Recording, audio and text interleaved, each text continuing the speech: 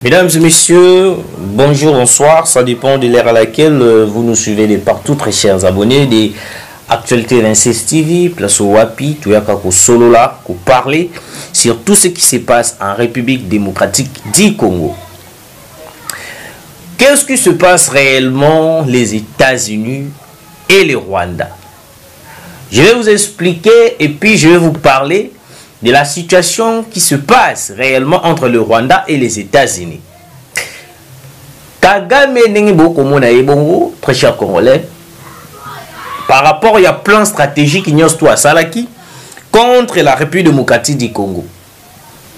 Plan ya Paul Kagame, Oezalaki, depuis longtemps, plan nae, stratégie nae, Oezalaki, Mikolo na Mikolo. Ezalaki, Yakoye Bananini.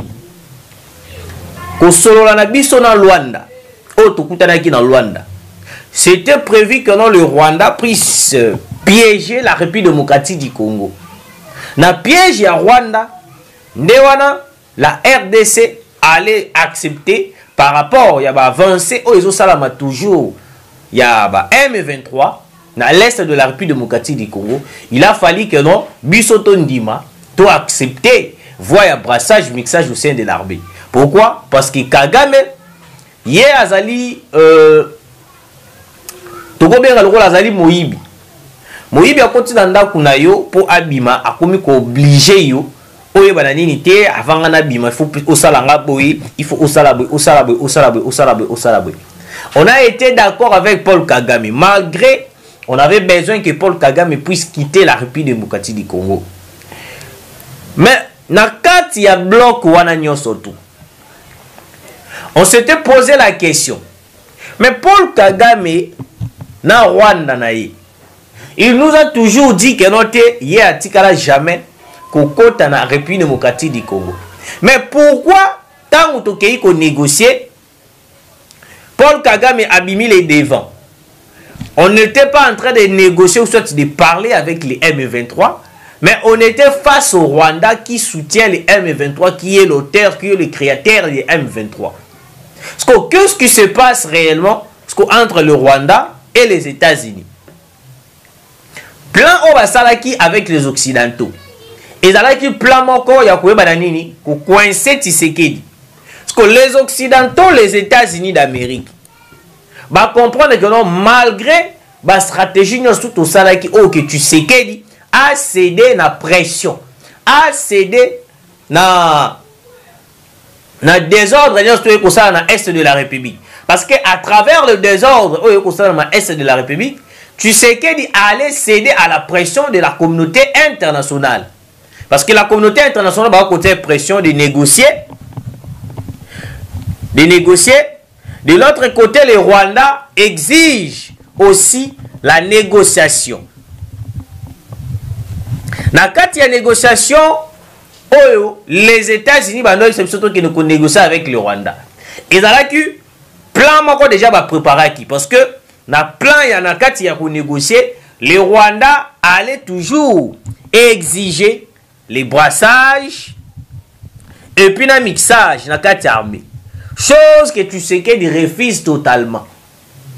N'habite ceux qui beaucoup comprendre notre cher Congolais. Parce que les États-Unis d'Amérique, ils ne veulent pas à tout prix que notre guerre est si labouée sans pourtant que notre signé un accord direct avec le Rwanda. Sur cet accord-là, qui va permettre le Rwanda et puis la communauté internationale d'exploiter illicitement et puis sans ordonnance les minéraux congolais. Chose que non, Wapi, Bazako évoqué les bisso, Ote, Makamuyaba, FDLR. Dès lors que non, nous le savons très bien, Bissonion surtout que non, on n'a pas un problème avec les FDLR. Les FDLR, depuis Kagame a côté na pouvoir, à moins que je me trompe, les FDLR va déranger qu'à pouvoir, il y a Paul Kagame été. Badalaki groupe moko ya ba Rwandais, Wapi va s'imposer contre régime ya Paul Kagame. C'est que depuis Paul Kagame a côté na pouvoir, à Boma tellement ébélé, minorité au batikala wana ba menasaka même pas pouvoir à Paul Kagame. Sikoyo Paul Kagame ye souci na ezalaki nini? biso topesa ye plan ya neutralisation, plan de neutralisation ya ba FDLR. To présenter Paul Kagame plan de neutralisation ba FDLR. La RDC demande à Paul Kagame, bon, lokola topesi au plan de neutralisation de FDLR, biso to kosenga na yo tant que Rwanda, il faut bimana mabele na biso. Parce que yo pesi biso condition que non condition ezanini to pesa yo plan de neutralisation de FDLR. To pesi yo plan de négociation ya FDLR. Siko yo en retour zwanini bimisa ba militaire na yo fin cop. Paul Kagame a refusé totalement. Pourquoi il a refusé totalement? Il a compris que non. Et loko ya ki koluka na Congo ezalaki makambo kobimisa ba FDLR ou ya physique. Le FDLR que Paul Kagame est en train de parler, c'est sans le minerai congolais. C'est le minerai congolais. Le minerai congolais, de Paul Kagame aza ko englober ango akusala lokola ndeti kubombama koluka kokosa kenote les FDLR vont faire un plan de neutralisation à FDLR. Alors que Paul Kagame demande simplement qu'est-ce que nous allons faire avec le minerai congolais. Parce que déjà, il y a RDC. Nazo a déjà un minerai déjà à RDC. Nazo a exploité. Alors qu'est-ce que vous proposez? Qu'est-ce que vous me proposez en retour? Ce qui nga bimi na mabele na bino. La RDC a lobby na Paul Kagame boy. On n'a rien à vous proposer. Parce que bozali na kati ya territoire na biso. Bozali na eloko moko te o bokoki ko exiger biso to pesa bino tant bino boko bima na mabele na biso. Ne ce par là Tshisekedi a compris que non awa ndenge ezali boy tozaka na plan moko tozo baluka kaka na eloko moko. Et le Congo est allé brassage mixage. À part brassage mixage, bah exploiter ba minerai à Congo, ndenge bango balingi. Tu sais qu'il a refusé d'accord la proposition ya Rwanda autosola qui na Rwanda. Alors nini siko elekani. Tu sais qu'il a tel le but non depuis que n'a pas sa confiance na occidentaux, n'a pas sa confiance na États-Unis na France.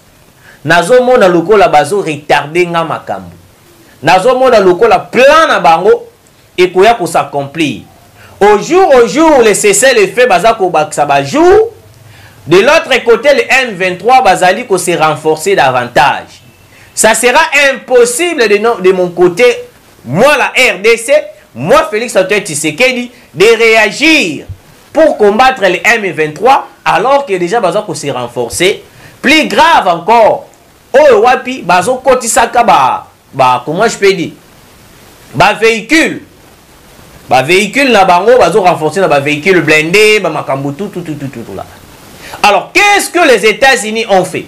Les États-Unis ont cherché à tout prix. Ndenge surtout comment est-ce qu'ils vont attaquer Tshisekedi pour les renverser directement. Ils ont commencé na plan où il est qui a Christian Malanga, ça n'a pas tenu. Les États-Unis s'est porté garant. Baptême Hippolyte Kanambe chargé de recrutement. Il y a des jeunes pour rejoindre AFC et puis M23. Na idée ezali nini? L'idée ezali que non. Tant que va renforcer de AFC, va renforcer les M23, il y aura aussi un bloc.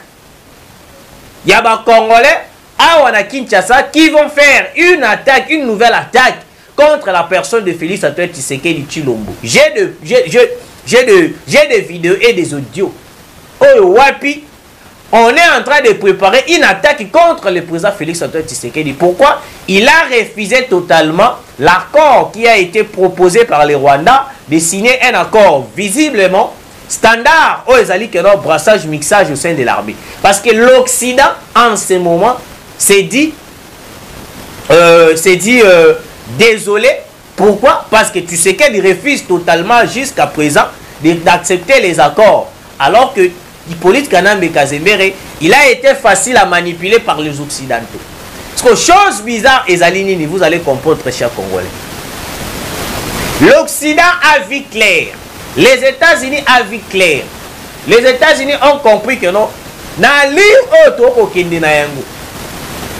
Vu que le peuple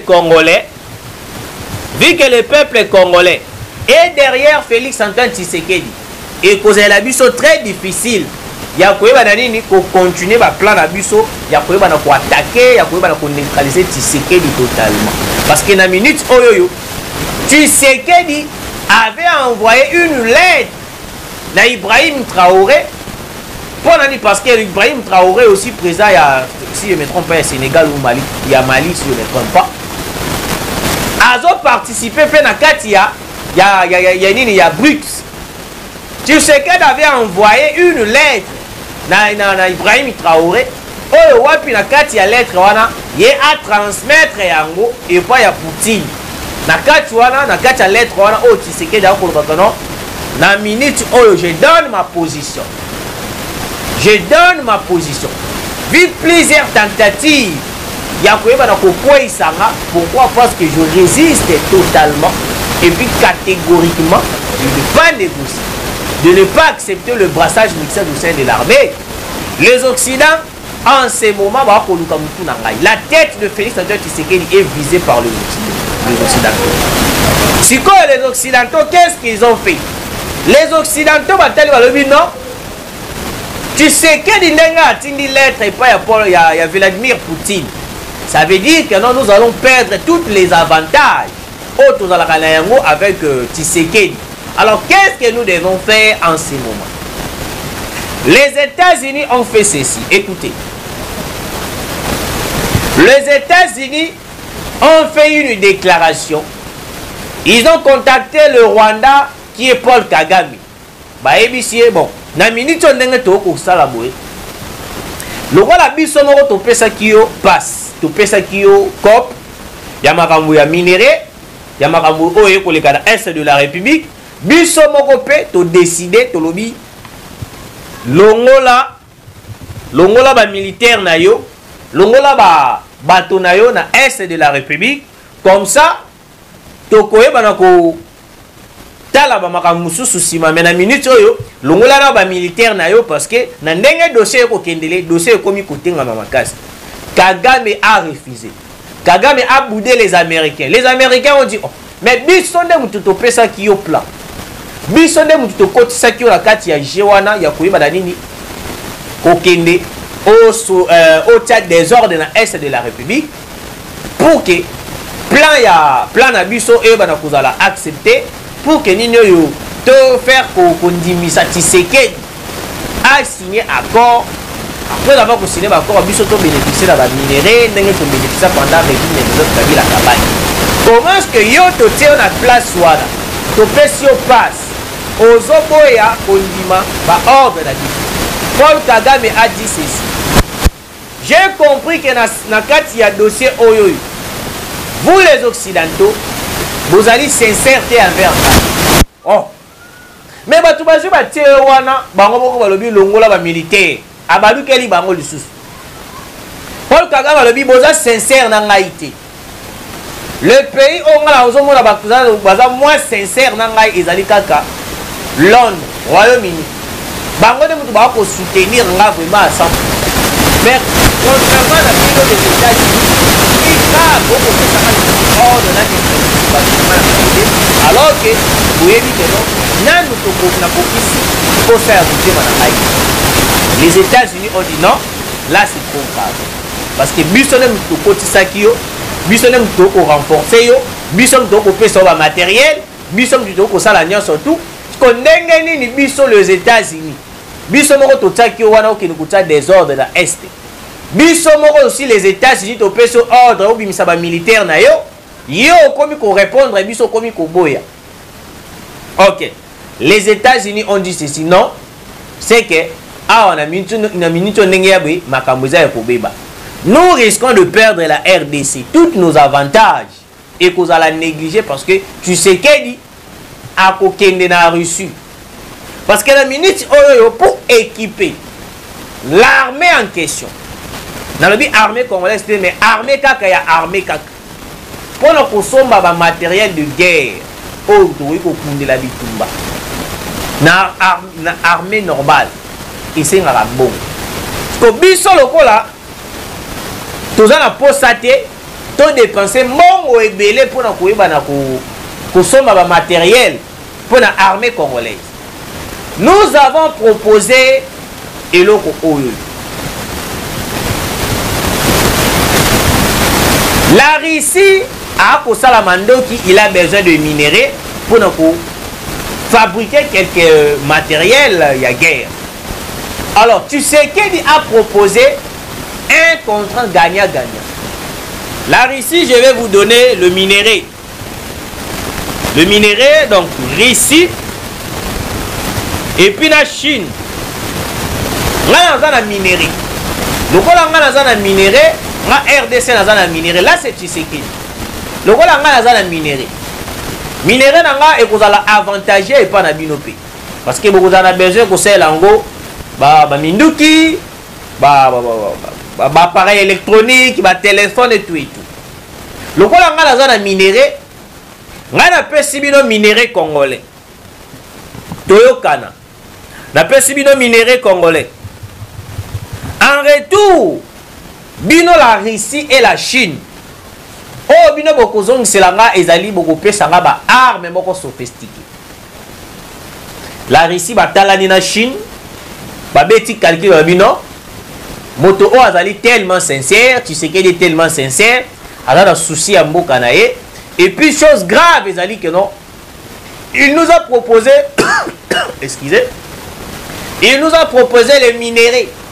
Et puis, dans le cas de minerai, vous allez comprendre le minerai où na succès, Mikolo, ils allaient coltan. Parce que coltan à l'est de la République, ils allaient ébélé. Nous avons le coltan et nous avons la maille. Si proposition de Tshisekedi est attirer la Russie et la Chine. Né que les États-Unis et la France. Et Tindaki Bango, Balo Banapol Kagame Keno. Hors de question, il y a pour continuer la hostilité dans l'Est. Bimi ça va militaire na yo parce que biso tozo lingato perdre le la RDC. Parce que le minerai congolais est pour ça la biso les États-Unis, la France. Paul Kagame avait refusé catégoriquement. De ce par là, Paul Kagame aujourd'hui Kabila Ozinanga Ozina liberté bi 6 mois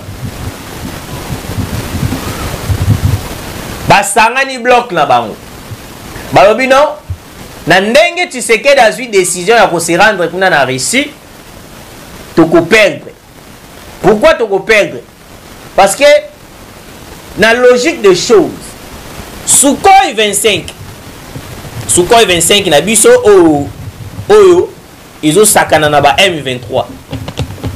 La logique des choses par rapport à évolution, il y a ba matériel de guerre. Sukhoi 25 ezali avion à kala. Ezala ngo capable ya ko beta monguna mais na ba norme misusu. Les Rwanda azwa système moko et pas ya ba américain. Ya kotia ba brouillard. Ba brouillard wana soki batie yango okomona température ekozala sous malamu te. Soki tozaka na Sukhoi 25 ekozala biso impossible ya ko attaquer ya ko atteindre l'ennemi. Il faut ba avion ya nouvelle génération o ezali capable ezana ba anti brouillard. Ezala lokola ba Sukhoi 35. Ba Sukhoi 35. Ce qu'on a dans Sukhoi 35, vu qu'ils sont tellement sophistiqués, ils appellent un système anti-brouillard. Dans le cas, il y a un système anti-brouillard, à tabatel bino brouillard, il y a ndenge nini o Kagame azote la rabiso. Parce que l'autre fois, boyoka ki ndenge armée a dénoncé qu'il y a une température, ils ont bien été climat, ils ont bien été brouillard, ils ont trop. Moi, avion a vu se découler, tout drone découlé, ils ont. Donc, il nous a fallu que non. Tout somba lisusu ba matériel de guerre mususu que soki to sobi ba matériel de guerre mususu oyo wa pezali na ba système ya ba anti-brouillard to kozala na capacité ya ko atteindre l'ennemi quel que soit ateli biso ba brouillard ndenge nyonso aliyata parce que c'est que le matériel oyo wapi les Américains ba pesaki na Rwanda parce que ba comprenaki que non la RDC tellement azana babiloko moko sombi et pas ya Chine et pas ya Russie eza tellement sophistiqué soki totiki Rwanda bongo akokoma kusiye nde bapesaki ye babiloko wana sikoyo na kati ya proposition ya Tshisekedi nde yango bomoni ke non tokose procurer na bamatériel moko très sophistiqué dans les jours à venir siko bloc ya batu oyoyo Kabila nanga Bertrand Bisimwa bakei bakutani na Congo Brazzaville na oyo soki na oyo so na oshu il y avait une réunion très noire place au wapi ba évokaki des stratégies visant à neutraliser Félix Antoine Tshisekedi ne yango to kobelela en ce moment na gouvernement congolais et puis na service de sécurité Tshisekedi est en danger. Tshisekedi est en danger. Parce que bloc ya bato ezali bloc ya bato ba ko sala désordre na est de la République. Bazali ba marionnette ya Paul Kagame, marionnette ya communauté internationale. Plan na bango stratégiquement ezali que non, les Congo ezala renverser, les Congo ezala anéanti. Parce que ils n'accepteront jamais de voir les Congo et Kende Liboso, de voir le Congo et progresser et avancer. Les Américains que vous voyez là, bazali tellement hypocrite. Ba monisco intérêt na bango ezali la RDC ekomi ko kende. Intérêt na bango ekomi ko kende. Ba vandi ba lobi non, awa ninga betu perdre.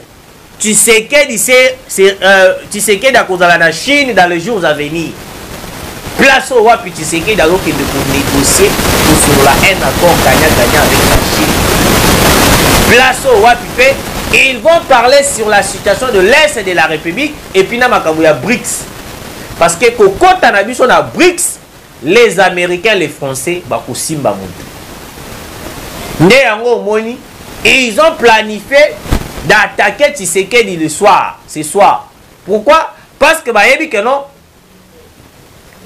ceux qui batiki Tshisekedi ako se rendre na Chine bako sola makambo ya BRICS bako sola makambo ya contrat gagnant et puis plus grave encore lettre au batindaki ba pesaki Ibrahim Traoré a pesa Vladimir Poutine ce que comme et que Tshisekedi est toujours au pouvoir et l'ingi koloba ete que non la RDC deviendra grande puissance dans RDC ko ma grande puissance tokozala lisusu na besoin te to na posa te ya konini ya koloba keno te to kende susu koluka de gauche à droite non yango omoni le PPRD basalaki déclaration ba ya PPRD ba lobi keno te awa ndenge eza beto appliquer kaka article 64 article 64 pourquoi le PPRD ba lobi ba activer article 64 batali Martin Fayulu amoni keno o ezali mandat ya suka ya Tshisekedi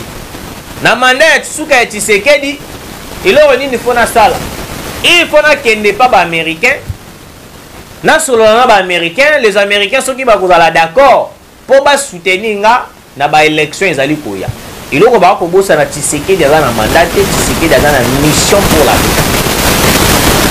Martin Fayulu s'est rendu aux États-Unis.